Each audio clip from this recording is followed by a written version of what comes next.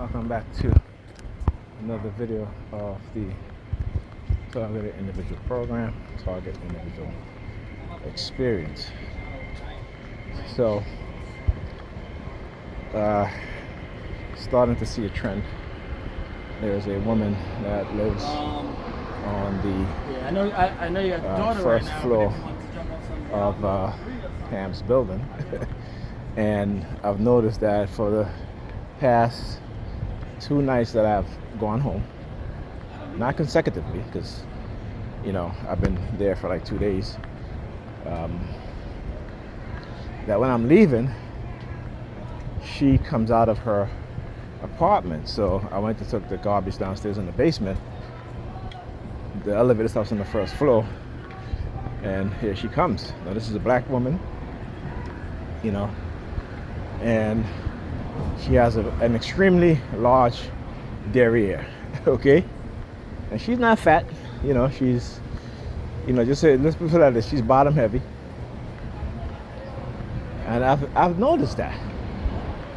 So, like I said, and this has never happened before, particularly not consecutively like this, right? So I started to notice again a pattern in which that they use. So she came in a robe. She had a robe on, right? And it's a gray robe that she has on. And those the last time I left, she had on some very short shorts, and I'm just like, wow. And just kind of like walked in front of me. Playing with her here, right? Walked in front of me. You can't help but to look, right? So, particularly for the size that it is.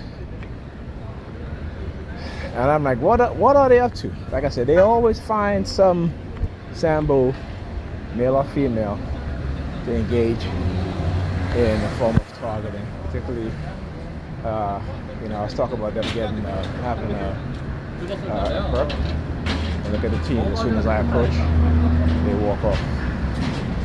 All right? Or I'm going to the bank.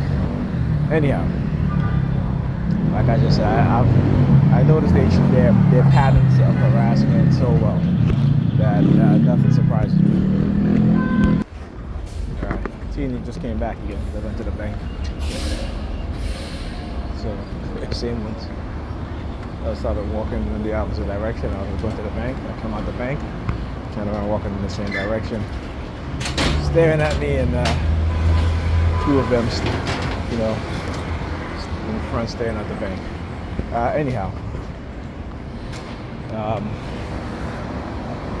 as I was saying, so they always have to find some Sambo, right, male or female, engage in such behavior, which, dang, I close. I guess I gotta go to the walk right now. I gotta go.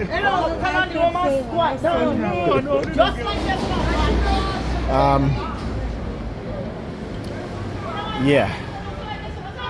So anyhow, see what she just did? All right, with her arm. All right.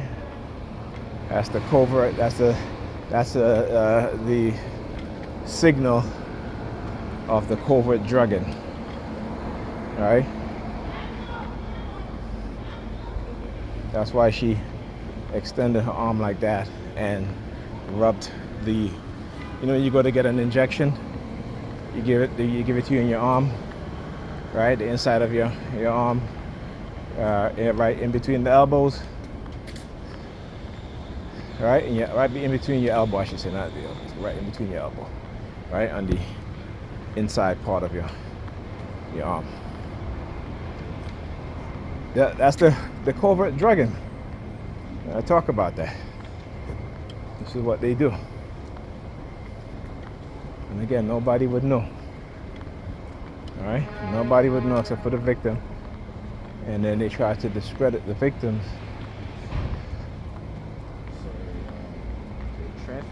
That's why a lot of brothers and sisters who end up in police custody. You know, when they say, well, you know, he went to jail and he came back, he's not right anymore. Yeah, they do all kind of shit to people in custody or in prison, right? Or in the mental institution. Okay? Or just hanging out.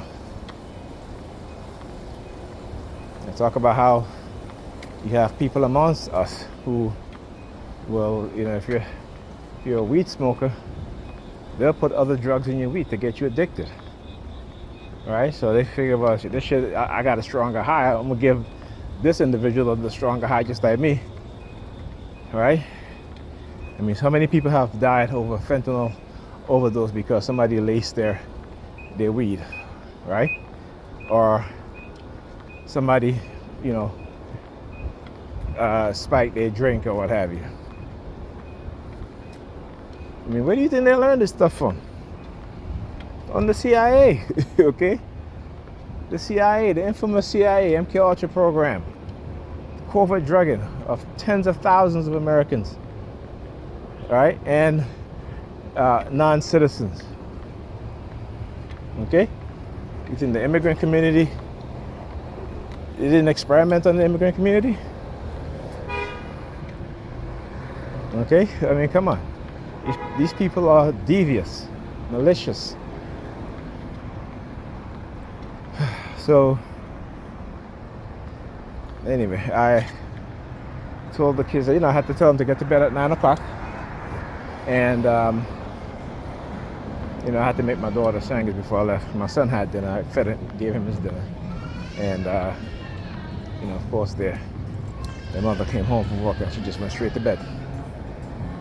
Why? She got a date tomorrow, so she got to get her rest. Okay, so kids are fending for themselves. And my son got to be at school at 7 o'clock in the morning, and she tells him, you know, Ethan, yeah, you can get up early and fix yourself whatever you can. And I said to her, no.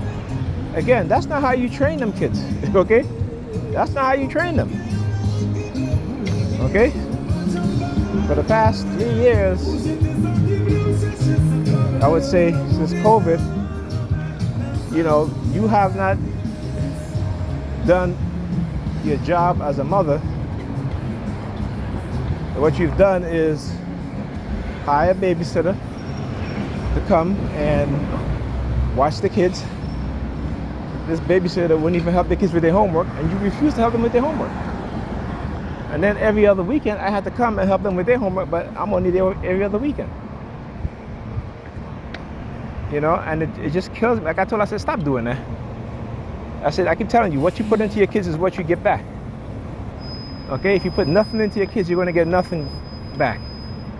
Okay, if you don't teach your kids structure, discipline, common sense, you know, you're not going to get those things back out of them. You know, and I said, you know, you always talk about your friend, about how she wants her kids to raise themselves so she can go have a good time, and you're doing the same thing, and you're even worse. You're even worse. You know, and the sad part about it is that she knows that I love my kids. She knows that I love our kids, I should say. She knows that. And she's taking every advantage because family is important to me. It's not to her. Like I said, that's today's modern woman, particularly today's modern black woman. Shoot, I gotta get changed for the bus. I'm gonna miss this one too. Damn it. Yeah.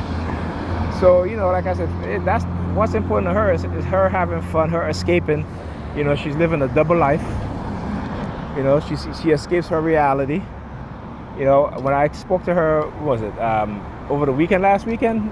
I went over there Monday, but I spoke to her Saturday, and she's like, oh, you know, I gotta clean up. You know, then my daughter told me, mommy said that we have to help her clean up the house. So I'm like, nope, you're not doing that.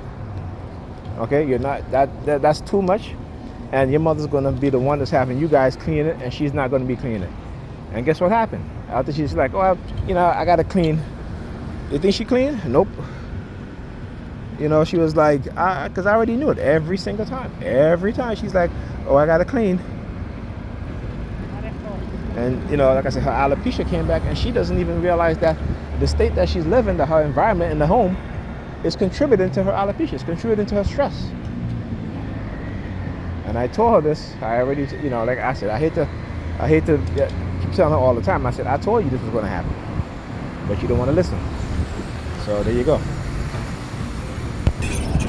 All right. So like I said, the first time she had alopecia, I said to her, "You're gonna have to cut your hair off." "Oh, I'm not cutting my hair off. No, I'm not doing it." All right. So she's getting all these injections. Her hair stopped falling out. She stopped treating her hair. And I said to her, I said, it's something you're going to have to continue to do. You cannot just, because your hair is going back, you're going to go back to your same routine and, so things are going to happen. Second time it happened, I said, "You're going to have to cut off your hair." She's like, "Oh, no, I'm not doing that." I'm not doing that. All right. And then, it happened again. And she didn't cut her hair off because I told her to. She cut her hair off because somebody else told her she has to cut her hair off. And that's what she does. And she cut her hair off, And I just, like I said, she keeps shaking my head because I tell her, I said, "Listen, I have never told you anything but the truth. I've never steered you wrong. All right." I said, "When I give you advice, it is for, the best, what's the best for you. Okay." I said, "Regardless of my feelings. Okay. But again, the respect is not there. The respect is not there. And, we see this with modern women today. A lot of them, most of them, if they have a husband or they have a boyfriend and, may lose their job or something happens and where they're not making the money that they used to make, these women will leave. They get up and they'll go. Okay? And the thing is that they're not finding anything better. They may find a man who may be in a better situation, but guess what? That man ain't claiming them to be his girlfriend. He ain't wifing them because he has options. And these women are older. Some of them have kids. Okay?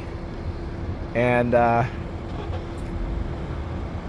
lot of men don't want to take on that responsibility. Okay? And I don't blame them. I don't blame them at all. And if they do, then I applaud them.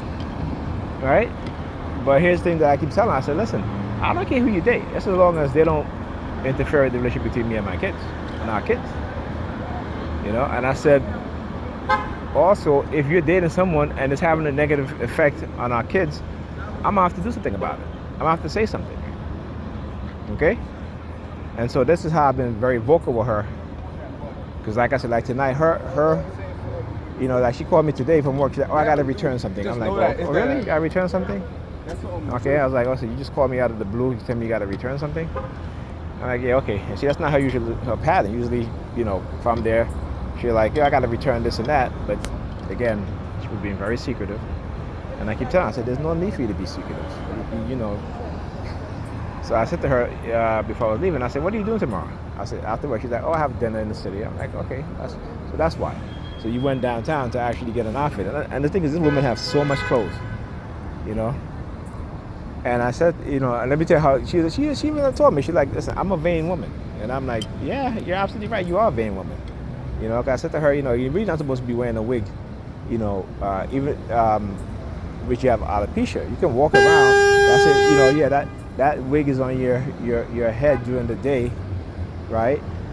You shouldn't have be wearing no wig at all." But she's not gonna rock a bald head, And I tell her, I said, there's nothing wrong with a woman having a bald head. You're growing your hair, you have alopecia, So, but I understand how women are, them and their hair, they feel less than or less beautiful with our hair on their head. And let me tell you, I've seen some very beautiful bald-headed women.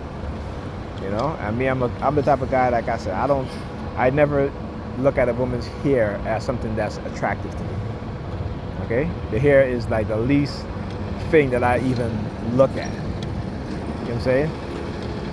Except, I shouldn't really say that. But I should say women with natural hair are more so attractive. Women who have natural hair, as opposed to women who have straightened hair with chemicals. Okay. Because women, when they, particularly as black women, when they grow their hair naturally, it signifies self-love and acceptance as to who they are, and they love every part of their body. So whether they have whatever facial features, they accept themselves, they love themselves, and I mean, women with natural hair, I'm attracted to, but I prefer a woman to have natural hair as opposed to a woman who have her hair straightened, because they have an attitude that you can't touch their hair, they can't sweat too much, and all this nonsense. I mean, it's just weird. But I understand the way Western society has conditioned, particularly black women. And it's a shame. But like I said, I don't blame them. I understand. Okay, I certainly do. So I don't really fault them for it. I hope that they reach a self-awakening, a self-love, and because again, when as they're young and they put all these chemicals in their hair, as they get older, they end up having cancer, and it's because of the chemicals that they put to straighten their hair. And a lot of them don't even realize that. This is why, I said, you will not be straightening my daughter hair, you will not be perming her hair, anything like that. All right? And so even with that, I have to order her some hair products, because I'm going to start to wash her hair for her. Now, I can't plait hair, so I'll just wash it, because her mother had, for the past month, have not even washed her hair. And we were at the beach a month ago, and her hair got wet with salt water, and her mother hasn't done anything to her since. And I think at the time, like I said, it's because her hair is falling out. She doesn't want my daughter to have good hair, good, healthy hair, right? So her hair is all dry, and it's a shame, but her psychological issue is something that she doesn't want to recognize, she doesn't want to deal with, and she's foregone into the fantasy, into the double life. The narcissism has, taken over completely, and again, with the psychological manipulation being done to her, she thinks that she has some sort of power, power over me or what have you. I'm like, no, you don't. No, you don't. Don't take my care and concern, or even my love, and not in a romantic way, as a means that you think you can manipulate me. Okay? Yeah, okay. I always, like I said, what we do today, we don't sacrifice anything for our children. We're selfish, we're hyper selfish, hyper self-centered, and our children are suffering, and we refuse to make the correction. Okay? So, there you go. Talk to you guys in the next video.